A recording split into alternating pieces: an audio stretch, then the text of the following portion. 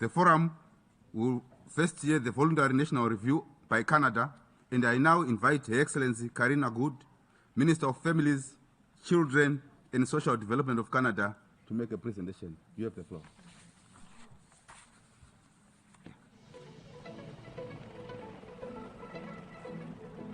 Canada is advancing the Sustainable Development Goals. Today, we are building on the strong foundation achieved since adopting the 2030 Agenda. Canada has an ambitious goal of reducing poverty in all of its forms. We've made important progress. In 2021, there were over 2 million fewer Canadians living in poverty than in 2015.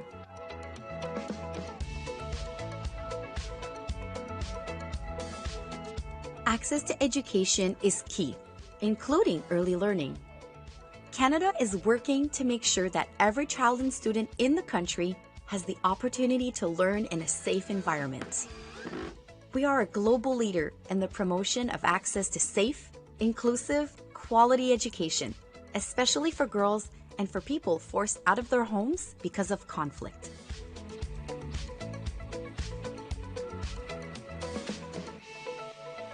Le Canada est engagé depuis longtemps en faveur. Canada has been committed for a long time to gender equality. We're taking concrete action to support women and girls. Our international assistance has reached over 4 million girls and women and over 1,800 women's rights organizations. Furthermore, we're committed to equality for to LGBTQI+ people and communities, wherever they may live.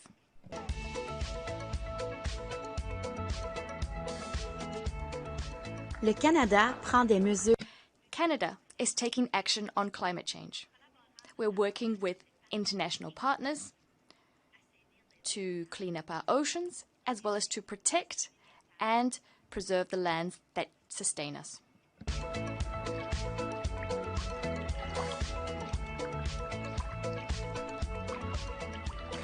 Concrétiser la vision du Realizing the vision of the 2030 Agenda requires us to work together.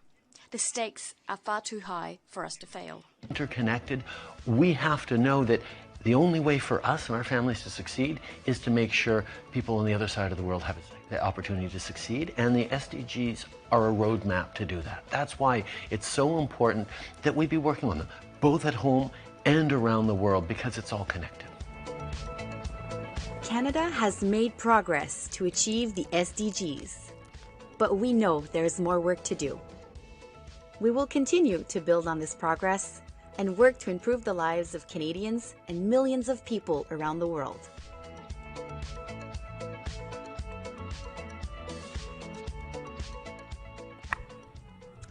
Distinguished guests, fellow countries, it is an honor to be here today. And I am pleased to be joined by a very strong Canadian delegation. I would like to take a moment to applaud the United Nations for its continued work and for challenging all of us to advance the SDGs. And thank you, Mr. President, for having us here today. As you saw in the video, Canada is a diverse and beautiful country. And yet, increasingly, we are experiencing the impacts of climate change and other crises, as are all countries. Since adopting the 2030 Agenda, Canada has built a strong foundation to work on advancing the SDGs. Now we're at the halfway mark, and today I am presenting Canada's second voluntary national review. As a country, we've made important progress, but there is more to do. We evaluated progress towards achieving all 17 SDGs with a focus on to advance 5 priorities for Canada: poverty reduction, education, gender equality, climate action, and partnerships.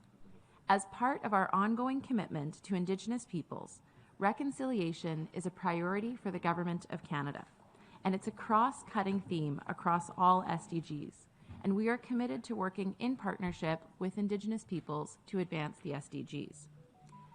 I am proud to be leading the country's efforts in reducing poverty and achieving high-quality, affordable early learning education. On SDG 1, No Poverty, we've made significant progress. Through programs like the Canada Child Benefit, Old Age Security Pension, the Guaranteed Income Supplement for Low-Income Seniors, and the Canada Pension Plan, we've exceeded our interim target of a 20% reduction in poverty rates. In 2021, there were close to 2.3 million fewer Canadians living in poverty compared to 2015, including 650,000 children and 11,000 seniors. En ce qui concerne la réduction de la pauvreté. Regarding poverty reduction, over the last 7 years we've made impressive progress. However, there are new pressing difficulties. For instance, increase in housing costs and global economic instability. These can be ascribed to the war in Ukraine as well as the pandemic. At the international level, Canada has made a commitment to contributing to the eradication of poverty all over the world. We've increased our ODA, specifically that being funneled to women and girls, because we know that improving the condition of women and girls benefits us all. Canada has made a 10-year commitment to improving health throughout the world. This is in keeping with SDG 3, health and well-being. $1.4 billion will be spent every year on global health. $700 million will go towards advancing sexual and reproductive health. Canada recognizes that SDG 4, quality education, helps to achieve all 17 SDGs. Quality education will help to eradicate poverty as well as to reduce inequality and intolerance. It also helps us to foster more peaceful societies. We've made headway within the framework of this objective. Canada's education outcomes are some of the best in the world. In particular, I'm proud that we've established a pan-Canadian early childhood education and care system. It already offers affordable, inclusive, quality preschool education to our children. Helping to advance SDG 5, gender equality, by giving women and their families more flexibility in their choices and removing barriers for mothers to participate in the workforce if they so choose. In fact, Canada recently achieved the highest level of female workforce participation in our history, in part because of increased access to affordable childcare. The pandemic disrupted education for learners around the world and those living in extreme poverty, particularly girls and persons with disabilities. We must continue to address issues of access, quality, equity, and accountability in global education. Our international contributions are guided by priorities for action identified in Canada's feminist foreign policy, including the Feminist International Assistance Policy. Canada is proud to be the top OEC donor for the share of aid contributing to gender equality. Through these efforts, we have supported more than 4 million girls and women and over 1,800 women's rights organizations around the world. As Minister responsible for leading Canada's effort on the SDGs, I am happy to report on 2 key goals that require sustained collaboration: SDG 13 on climate action and SDG 14 on partnerships for the goals. Canada is taking steps to combat climate change that will drive progress across several interlinked SDGs. Canada is investing in clean energy, creating green jobs, and moving towards green and climate-resilient infrastructure and low-carbon transportation. In 2022, we released the most comprehensive emissions reduction plan in Canada's history and have followed that with a very recent national strategy on climate adaptation. We have protected 13.6% of Canada's terrestrial land, including 12.7% of protected areas and 14.7% of our marine territory, with an objective to protect 30% of both by 2030. Internationally, we know that the Global South is hardest hit by climate change. During the 2021 G7 Leader Summit, Canada announced a 5-year funding commitment for low and middle-income countries affected by climate change. Doubling our international climate financing, this funding commitment will support the transition to sustainable, low-carbon, climate-resilient, and inclusive development. Les partenariats sont au cœur de la... Partnerships are at the heart of the 2030 Agenda's implementation, as well as the 17 SDGs. The high-level political forum where we find ourselves today is a shining example of such partnerships.